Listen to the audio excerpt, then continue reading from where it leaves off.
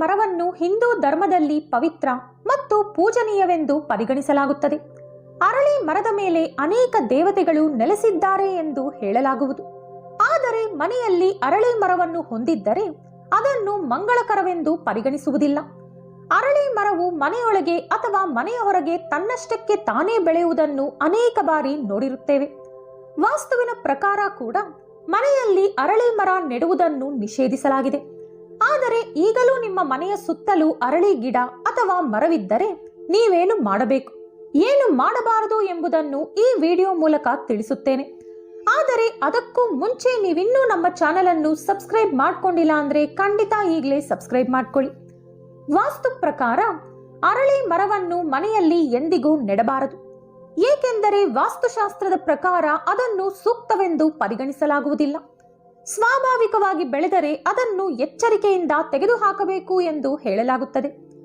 ಮನೆಯ ಹೊರಗೆ ಅರಳಿ ಗಿಡ ಬೆಳೆದರೆ ಅದನ್ನು ಪೂಜಿಸಿ ಹೊರತೆಗೆದು ಕುಂಡದಲ್ಲಿ ನೆಡಬೇಕು. ಸಸ್ಯವನ್ನು ತೆಗೆದುಹಾಕುವಾಗ ಅದರ ಬೇರುಗಳನ್ನು ಅಪ್ಪಿತಪ್ಪಿಯೂ ಕತ್ತರಿಸಬಾರದು ಎಂಬುದನ್ನು ನೆನಪಿನಲ್ಲಿಡಿ. ಧಾರ್ಮಿಕ ಗ್ರಂಥಗಳಲ್ಲಿ ಅರಳಿ ಮರದ ಮೇಲೆ ಬ್ರಹ್ಮದೇವರು ವಾಸವಾಗಿರುತ್ತಾನೆ ಎನ್ನುವ ನಂಬಿಕೆ ಇದೆ. ಒಂದು ವೇಳೆ ಅರಳಿ ಮರವನ್ನು ಮನೆಯಲ್ಲಿ ನೆಡಬೇಕೆಂದಿದ್ದರೆ ಅದನ್ನು ಮನೆಯ ಪೂರ್ವ ದಿಕ್ಕಿನಲ್ಲಿ ಎಂದಿಗೂ ನೆಡಬಾರದು. ಇದು ಮನೆಯಲ್ಲಿ ಹಣದ ಕೊರತೆಯನ್ನು ಉಂಟು ಮಾಡುತ್ತದೆ. ಪೂಜೆಯ ನಂತರ ಅದನ್ನು ಯಾವುದೇ ದೇವಾಲಯದಲ್ಲಿ ಇಟ್ಟು ಬರಬಾರದು. ಅರಳಿ ಮರವನ್ನು ಕತ್ತರಿಸುವುದು ಜೀವನದಲ್ಲಿ ನಕಾರಾತ್ಮಕತೆಯನ್ನು ತರುತ್ತದೆ. ಇದರಿಂದ ವೈವಾಹಿಕ ಜೀವನದಲ್ಲೂ ಸಮಸ್ಯೆ ಉಂಟಾಗುತ್ತದೆ. ಇದು ಮಕ್ಕಳ ಮೇಲೂ ನಕಾರಾತ್ಮಕ ಪರಿಣಾಮ ಬೀರುತ್ತದೆ. ಅಷ್ಟೇ ಅಲ್ಲ, ಶಾಸ್ತ್ರಗಳ ಪ್ರಕಾರ ಅರಳಿ ಮರವನ್ನು ಕಡಿಯುವುದರಿಂದ ಸಂಕಷ್ಟಕ್ಕೆ ಒಳಗಾಗುತ್ತಾರೆ ಎಂದು ಹೇಳಲಾಗಿದೆ. ಅರಳಿ ಮರದ ನೆರಳು ಮನೆಯೊಳಗೆ ಬಂದಾಗ ಅಥವಾ ಮನೆಯ ಮೇಲೆ ಅರಳಿ ಮರದ ನೆರಳು ಬಿದ್ದಾಗ ಅದು ಮನೆಯ ಪ್ರಗತಿಗೆ ಅಡ್ಡಿಯಾಗುತ್ತದೆ. ಅಂತಹ ಪರಿಸ್ಥಿತಿಯಲ್ಲಿ ಅನೇಕ ರೀತಿಯ ಸಮಸ್ಯೆಗಳು ಹೃದಯದಲ್ಲಿಯೇ ಬೇರು ಬಿಡುತ್ತವೆ. ಅರಳಿ ಮರವು ಅದರ ಸುತ್ತಲೂ ಏಕಾಂತವನ್ನು ಸೃಷ್ಟಿಸುತ್ತದೆ ಎನ್ನುವ ನಂಬಿಕೆ ಇದೆ. ಹಾಗಾಗಿ ಯಾವುದೇ ಮನೆಯಲ್ಲಿ ಈ ಗಿಡವಿದ್ದರೆ ಅಲ್ಲಿನ ಜನರ ಜೀವನದಲ್ಲಿ ಬಿಕ್ಕಟ್ಟು ಉಂಟಾಗುತ್ತದೆ ಮತ್ತು ಅವರು ದೀರ್ಘಕಾಲ ಬದುಕುವುದಿಲ್ಲ. ಅರಳಿ ಮರವನ್ನು ಕುಟುಂಬದ ಬೆಳವಣಿಗೆಗೆ ಉತ್ತಮವೆಂದು ಪರಿಗಣಿಸಲಾಗುವುದಿಲ್ಲ. ಇದರಿಂದ ಆ ಕುಟುಂಬದ ಸಂತಾನವು ತೊಂದರೆಯನ್ನು ಅನುಭವಿಸಬೇಕಾಗುತ್ತದೆ. ಅದೇ ಸಮಯದಲ್ಲಿ ಕುಟುಂಬದ ಬೆಳವಣಿಗೆಯಲ್ಲಿ ಅನೇಕ ಸಮಸ್ಯೆಗಳನ್ನು ಎದುರಿಸಬೇಕಾಗುತ್ತದೆ. ಹಾಗಾಗಿ ನಿಮ್ಮ ಮನೆಯಲ್ಲಿ ಅರಳಿ ಗಿಡ ಚಿಗುರುತ್ತಿರುವಾಗಲೇ ಅದನ್ನು ಪೂಜಿಸಿ ಬಳಿಕ ಬಹಳ ಜಾಗೃತೆಯಿಂದ ಬೇರಿನ ಸಮೇತ ಕಿತ್ತು ಒಂದು ಕುಂಡದಲ್ಲಿ ನೆಟ್ಟು ಅದನ್ನು ಎಲ್ಲಾದರೂ ನಿರ್ಜನ ಪ್ರದೇಶದಲ್ಲಿ ಇಟ್ಟು ಬನ್ನಿ. ಕಸದಲ್ಲಿ ಹಾಕುವಂತಿಲ್ಲ. ಒಂದು ವೇಳೆ ಮರವಾಗಿ ಬೆಳೆದ ಪಕ್ಷದಲ್ಲಿ ಯಾರಾದರೂ ಪಂಡಿತರನ್ನು ಸಂಪರ್ಕಿಸಿ ಅದನ್ನು ಬೇಗನೆ ದೋಷವಿಲ್ಲದೆ ತೆಗೆಯುವ ಮಾರ್ಗದ ಬಗ್ಗೆ ತಿಳಿದುಕೊಳ್ಳಿ. ಈ ವಿಡಿಯೋ ನಿಮಗಿಷ್ಟವಾದಲ್ಲಿ ಲೈಕ್ ಹಾಗೂ ಶೇರ್ ಮಾಡಿ. ಇಂತಹ ಹೆಚ್ಚಿನ ಆಸಕ್ತಿಕರ ವಿಷಯಗಳಿಗಾಗಿ ತಪ್ಪದೇ ನಮ್ಮ ಚಾನೆಲ್ ಅನ್ನು ಸಬ್ಸ್ಕ್ರೈಬ್ ಮಾಡಿಕೊಳ್ಳಿ. ಮತ್ತೊಂದು ಕುತೂಹಲಕಾರಿ ಮಾಹಿತಿಯೊಂದಿಗೆ ಪುನಃ ಭೇಟಿಯಾಗೋಣ. ಧನ್ಯವಾದಗಳು. ಜೀರ್ಣ ಅಂತಕ್ಕಂಥ ಒಂದು ಸತ್ಯ ಇರುತ್ತೆ. ಅದಕ್ಕೊಂದು ಸಣ್ಣ ಉದಾಹರಣೆ ಹೇಳ್ತೀನಿ. ಈ ರಹಸ್ಯಕ್ಕೆ ಕಾರಣಕರ್ತನಾಗಿರ್ತಕ್ಕಂತಹ ಶ್ರೀಮನ್ನಾರಾಯಣನ ಪಾದ ಮನಗಳಿಗೆ ಕೋಟಿ ಕೋಟಿ ನಮನಗಳನ್ನು ಅರ್ಪಣೆಯನ್ನು ಮಾಡಿ ಇದನ್ನು ಅಕಸ್ಮಾತ್ ಯಾರಾದರೂ ಇವತ್ತು ಫೋನ್ ಮಾಡಿದಾಗ ಇದನ್ನು ಜ್ಞಾಪಕ ಇಟ್ಕೊಂಡು ಫೋನ್ ಮಾಡೋದು ಅನುಕೂಲ. ಯಾರ ಮನೆಯಲ್ಲಿ ಹರಳಿ ವೃಕ್ಷ ನಿಮ್ಮ ಮನೆ ಗೋಡೆ ಮೇಲೆ, ತೊಟ್ಟಿ ಹತ್ರ, ಟ್ಯಾಂಕ್ ಹತ್ರ, ಕಾಂಪೌಂಡಲ್ಲಿ, ತುಳಸಿ ಗಿಡದಲ್ಲಿ ಹರಳಿ ಸಸಿ ಯಾರ ಮನೇಲಿ ಬಂದಿದೆ ಅವ್ರು ಏನಾದ್ರು ಅಕಸ್ಮಾತ್ ಅವಕಾಶ ಆದರೆ ನಿಮಗೆ ಕರೆ ಸಿಕ್ಕಿದ್ರೆ ಸ್ವಲ್ಪ ತಿಳ್ಕೊಂಡ್ರೆ ಆ ಕತೆ ಏನು, ಹರಳಿ ವೃಕ್ಷ ಮನೆಗಳಲ್ಲಿ ಯಾಕೆ ಬರಬೇಕು ಅಂತ ತಿಳಿಸಿ ಎಲ್ರಿಗೂ ನಿಮ್ಮ ಮೂಲಕವಾಗಿ ತಿಳಿಯೋದಕ್ಕೊಂದು ಅವಕಾಶ ಆಗಲಿ. ಯಾಕೆ ಮನೆಯಲ್ಲಿ ಬರಬೇಕು ಹರಳಿ ವೃಕ್ಷ? ಬರೋದೇ ಆದರೆ ಎಲ್ಲ ಮನೆಗಳಲ್ಲೂ ಬರಬೇಕಿತ್ತು. ಹೌದನಮ್ಮ? ಹೌದು ಹೌದು. ಎಲ್ಲ ಲೈನ್ ಮನೆಗಳು ಒಂದೂ ಇರುತ್ತೆ. ಅದು ಯಾವುದೋ ಮಧ್ಯದ ಒಂದು ಮನೇಲಿ ಮಾತ್ರ ಹರಳಿ ವೃಕ್ಷ ಬರುತ್ತೆ. ಪಕ್ಕದ ಮನೆಗೆ ಯಾಕೆ ಬರಲಿಲ್ಲ? It's a question. ಇವ್ರು ಹೇಳ್ತಾರೆ ಕಾಗೆ ಬಂದು ಕೂತಿತ್ರಿ ಅಲ್ಲಿ, ಅಕಸ್ಮಾತ್ ಯಾವುದೋ ಗಿಣಿ ಏನೋ ಬಂದಿತ್ತೋ ಅಂತೋ. ಇದು ಈ ವಿಚಾರನೂ ಹೇಳ್ತಾರೆ. ಆ ಮನೆಗೆ ಹೋಗಿದ್ದು ಇನ್ನು ಪಕ್ಕದ ಮನೆಗೆ ಹಾಕೋಗ್ಲಿಲ್ಲ. ಅದು ಒಂದೇ ದಿನ ಒಂದೇ ಮನೆಗೆ ಹೋಗ್ಬೇಕು ಅಂತ ರೆಕಾರ್ಡ್ಸ್ ಇದೆಯಾ? ಇಲ್ಲ ಅಲ್ಲ. ಹೌದು. ಅಂದರೆ ನಾವು ತಿಳ್ಕೊಳ್ಳೋದ್ರ ಮೇಲೆ ಡಿಪೆಂಡ್ ಆಗುತ್ತೆ. ಈ ಅರಳಿ ವೃಕ್ಷ ಬರುವ ಉದ್ದೇಶ, ಇದಕ್ಕೆ ಹೆಸರೇನು ಗೊತ್ತೇನಮ್ಮ? ಕುಟುಂಬ ವೃಕ್ಷ.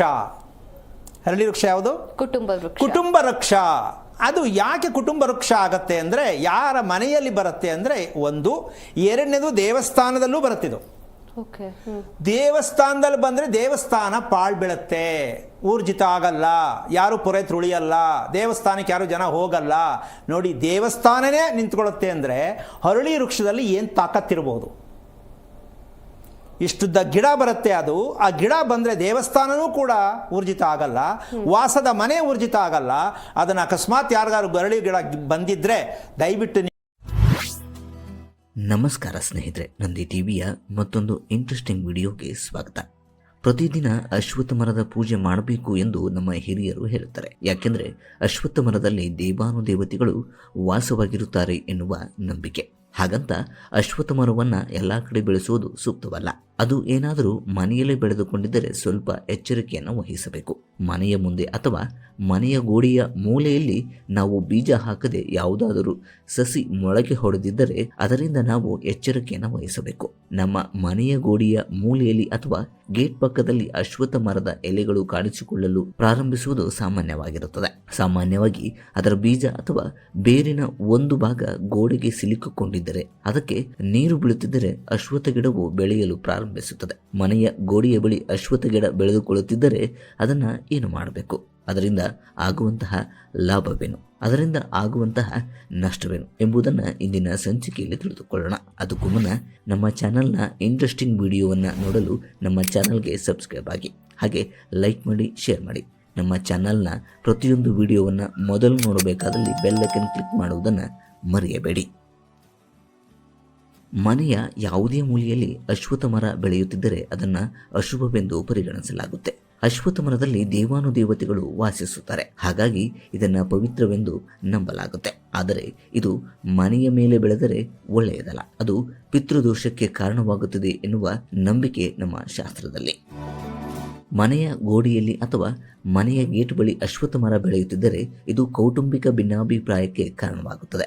ಜ್ಯೋತಿಷ್ಯ ಶಾಸ್ತ್ರದ ಪ್ರಕಾರ ಅದನ್ನು ಮಂಗಳಕರವೆಂದು ಪರಿಗಣಿಸಲಾಗುವುದಿಲ್ಲ. ಅಶ್ವತ್ಥ ಮರದ ಬೇರು ದಟ್ಟವಾಗಿರುತ್ತದೆ ಹಾಗೂ ದಪ್ಪವಾಗಿರುತ್ತದೆ ಮತ್ತು ಎಲ್ಲೆಡೆ ಹರಡಿಕೊಂಡಿರುತ್ತದೆ. ಈ ಸಮಯದಲ್ಲಿ ಮನೆಯ ಗೋಡೆಗೆ ಅಶ್ವತ್ಥ ಮರ ಬೆಳೆದರೆ ಅದು ಮನೆಯಲ್ಲಿ ಬಿರುಕು ಉಂಟು ಮಾಡುತ್ತದೆ. ಇದು ಕುಟುಂಬದ ಮೇಲೆ ಋಣಾತ್ಮಕ ಪರಿಣಾಮವನ್ನು ಬೀರುತ್ತದೆ. ಅಶ್ವತ್ಥ ಮರ ಮನೆಯಲ್ಲಿ ಬೆಳೆದರೆ ಅದು ಮನೆಯವರ ಪರಿಸ್ಥಿತಿಯ ಮೇಲೆ ಪರಿಣಾಮವನ್ನು ಬೀರುತ್ತದೆ ಎಂದು ವಾಸ್ತುಶಾಸ್ತ್ರದಲ್ಲಿ ಹೇಳಲಾಗಿದೆ. ಹಣದ ನಷ್ಟ ಮತ್ತು ವೈಫಲ್ಯಕ್ಕೂ ಈ ಅಶ್ವತ್ಥ ಮರ ಕಾರಣವಾಗುತ್ತದೆ. ಮನೆಯಲ್ಲಿ ಪದೇ ಪದೇ ಅಶ್ವತ್ಥ ಗಿಡ ಚಿಗುರೊಡೆಯುತ್ತಿದ್ದರೆ ಕುಟುಂಬದ ಸದಸ್ಯರ ಮಧ್ಯೆ ಗೊಂದಲ, ಭಿನ್ನಾಭಿಪ್ರಾಯ, ಉದ್ವೇಗ ಇತ್ಯಾದಿಗಳು ಕಾಣಿಸಿಕೊಳ್ಳಲು ಪ್ರಾರಂಭಿಸುತ್ತವೆ. ಈ ಅಶ್ವತ್ಥ ಮರ ಬೆಳೆಯಲು ಕಾರಣವೆಂದರೆ ಪೂರ್ವಜರ ಕೋಪ ಇದಕ್ಕೆ ಕಾರಣವೆಂದು ಹೇಳಲಾಗುತ್ತೆ. ಹಾಗಾಗಿ ಪಿತೃದೋಷದಿಂದ ಮೊದಲು ಹೊರಬರಬೇಕಾಗುತ್ತದೆ, ಇಲ್ಲವೆಂದರೆ ಜೀವನದಲ್ಲಿ ಅಶುಭ ಘಟನೆಗಳು ನಡೆಯುತ್ತವೆ. ನೀವು ಕೈಗೊಂಡಿರುವಂತಹ ಯಾವುದೇ ಕೆಲಸಗಳು ಕೈಗೂಡುವುದಿಲ್ಲ, ಸದಾ ವೈಫಲ್ಯವನ್ನ ಎದುರಿಸಬೇಕಾಗುತ್ತದೆ. ಮನೆಯಲ್ಲಿ ಅಶ್ವತ್ಥ ಮರ ಬೆಳೆಯುತ್ತಿದ್ದರೆ ಅದು ಗ್ರಹಗಳ ಕೋಪಕ್ಕೆ ಕಾರಣವಾಗಿರುತ್ತದೆ ಎಂದು ಶಾಸ್ತ್ರಗಳಲ್ಲಿ ಹೇಳಲಾಗುತ್ತೆ. ಗ್ರಹಗಳು ಕೋಪಗೊಂಡಾಗ ಸಮಸ್ಯೆಗಳು ಎದುರಾಗುತ್ತವೆ.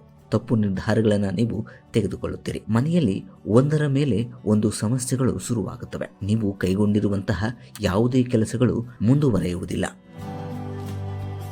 ನಿಮ್ಮ ಸಮಸ್ಯೆಗೆ ಪರಿಹಾರವೆಂದರೆ ಮನೆಯಲ್ಲಿ ಬೆಳೆದ ಅಶ್ವತ್ಥ ಮರವನ್ನು ತೆಗೆಯುವುದು ಹೇಗೆ. ಮನೆ, ಮನಸ್ಸು ಎರಡಕ್ಕೂ ತೊಂದರೆ ನೀಡುವ ಈ ಅಶ್ವತ್ಥ ಮರವನ್ನು ಬೇಕಾಬಿಟ್ಟಿಯಾಗಿ ಕಿತ್ತು ಎಸೆಯುವುದು ಸೂಕ್ತವಲ್ಲ. ಅದರಲ್ಲಿ ವಿಷ್ಣು ನೆಲೆಸಿರುತ್ತಾನೆ ಎನ್ನುವ ನಂಬಿಕೆ ಇದೆ. ನೀವು ಈ ಅಶ್ವತ್ಥ ಮರವನ್ನು ಕಿತ್ತಾಗ ವಿಷ್ಣು ಮನೆಯಿಂದ ಹೊರ ಹೋಗುತ್ತಾನೆ ಎನ್ನುವ ಪ್ರತೀತಿ ಇದೆ. ಮನೆಯಲ್ಲಿ ಅಶ್ವತ್ಥ ಮರ ಬೆಳೆದಿದ್ದರೆ 45 ದಿನಗಳ ಕಾಲ ಪ್ರತಿದಿನ